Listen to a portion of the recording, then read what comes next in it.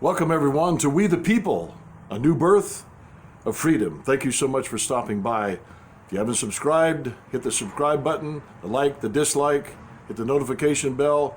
Tell everyone you can. We're trying to get the message of freedom out. Share these YouTube videos.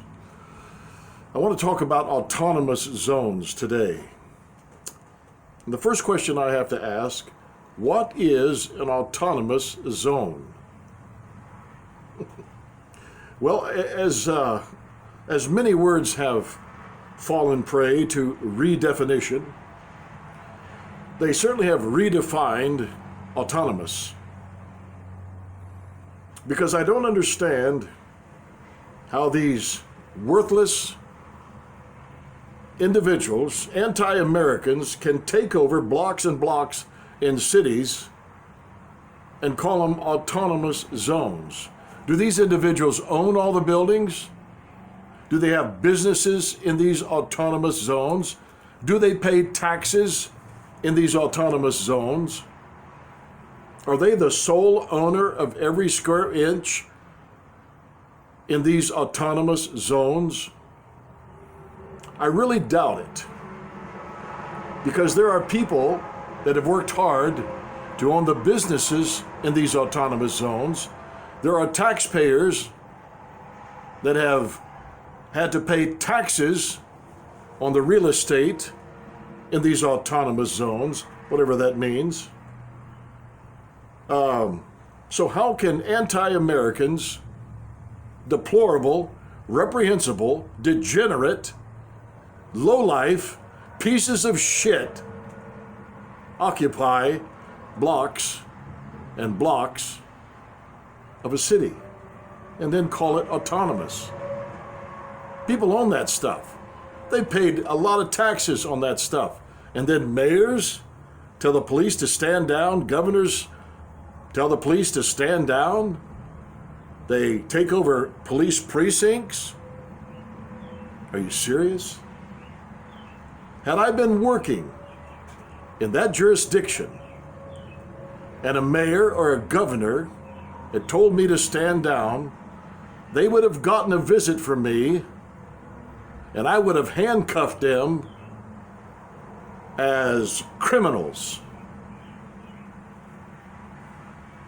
Criminals. These mayors and these governors that allow this to take place for 1 hour, much less a day, a week, a month, they're complicit to the crimes that are taking place. You don't hijack a city. You don't cause police officers to stand down. Are you serious? You're a criminal. Police officers take an oath. Mayors take an oath. Governors take an oath to the Constitution of the United States to serve, protect, defend against foreign and domestic enemies. These people that are taking over these cities, the real estate in these cities, these are common low-life criminals. I would have walked into the mayor's office and put handcuffs on him, into the governor's office and put handcuffs on him. I would have dealt with the consequences later and then sued the shit out of them had they tried to retaliate against me. They're complicit to the crimes. They're not Americans. Why don't you mayors and you governors that are complicit to these criminals and this anti-American bullshit, why don't you move out of this country, go find some corner of the world where you can practice your horse shit politics? Are you serious? Autonomous zones? Okay, autonomous zones.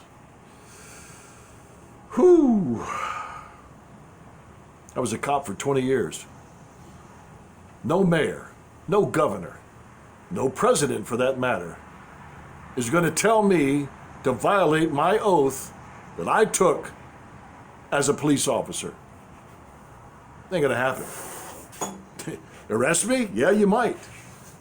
But at the end, I'm gonna win. I will win in the end.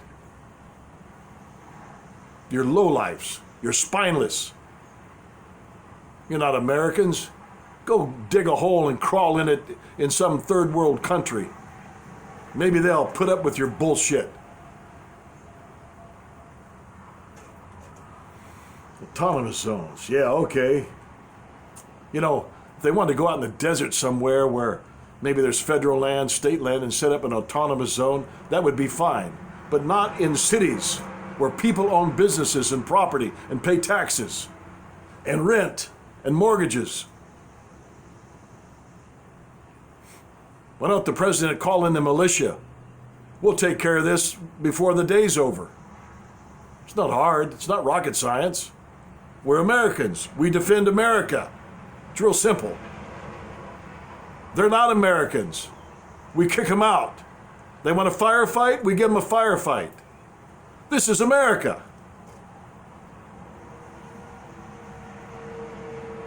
Whew.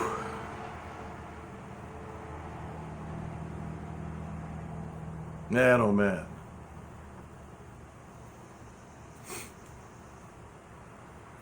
Well, it takes consequences, it takes events, it takes experiences to prove what's really in the heart of individuals. You find out who's a real true American and who's just faking it. That's what you're finding out. It's what we're all seeing. Yep, the scum is rising to the surface. And then they want to start tearing down monuments as part of our history. The good, the bad, the ugly, the indifferent. You can tear a monument down, but you can't change the heart of somebody. If somebody wants to be prejudiced against any race, there is no law or no demolition of a monument, a historical monument, that's going to change their heart. Look at the laws that's been on the books against murder, rape, pedophilia, theft, robbery, you name it. Have those laws stopped the lawless from caring about your damn laws? Remember, the law was made for the lawless, not for law-abiding people. They don't need a law because they're just not going to do it. Oh, let's tear down the monuments. No, I don't agree with what it represents, but it's part of our history. These people that are propagating tearing down these monuments that represent slavery, I'd like to know their ancestral lineage and find out if anybody in their ancestry owned slaves, propagated slavery. Because if they did, well, let's just remove you from America. Because you've got a history of people that supported slavery. How about that? Well, let's don't stop there. This is a surefire way to get rid of the Democratic Party. Let me tell you why. Because if you go back to the infant stage of this nation, it was the Democratic Party that opposed the abolition of slavery. They did not want to see it stop. 1963, 64, the then Governor Wallace, in his inaugural speech, what did he say? I say segregation today, segregation tomorrow, segregation forever. Here's a bathroom for a white person. Here's a bathroom for a black person. Here's a seat on the bus for a white person. Here's a seat on the bus for a black person. Here's a school for a black person. Here's a school for a white person.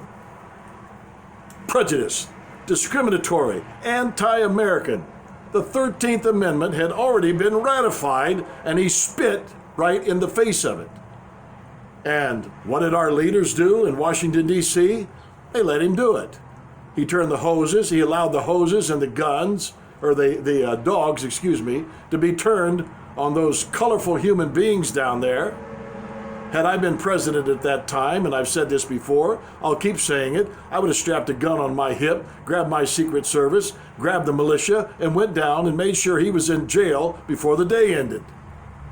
He's a criminal.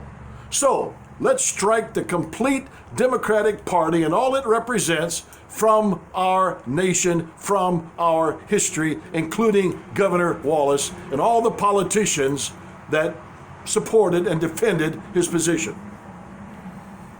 Well, hell, let's don't stop there. Let's just tear the White House down. Let's tear all the monuments in Washington, D.C. down. That's a great idea. You want to know why? Look what the hell they did to the American Indian. Look what all that represents. You want to know what they did to those colorful people? Huh. Drove them out of their country, took them out of their culture, made them attend the white man's school, embrace the white man's God, learn the white man's language, cut their hair, change their names to white man names, and then stuck them on a reservation. So hell, let's just take a bulldozer and just clean out Washington, D.C., wipe its name from the face of history because of what it represents. Holy shit. I think we finally found the answer. And let's just live free as we're supposed to live free. We don't even need these politicians in Washington, D.C. All they are is backbiting, reprehensible, cutthroat, prejudicial, discriminatory, bullshit politicians. They lie and lie and lie and have no conscience of anything. They're going to say whatever they have to say to push their agenda. They stab each other in the back. They gossip about one another. They're hypocritical. They smile to the public, and behind four walls, who knows what in the hell they say outside of God Almighty. Whew. Hey, I'll tell you what, till next time, God bless you, and be a true American.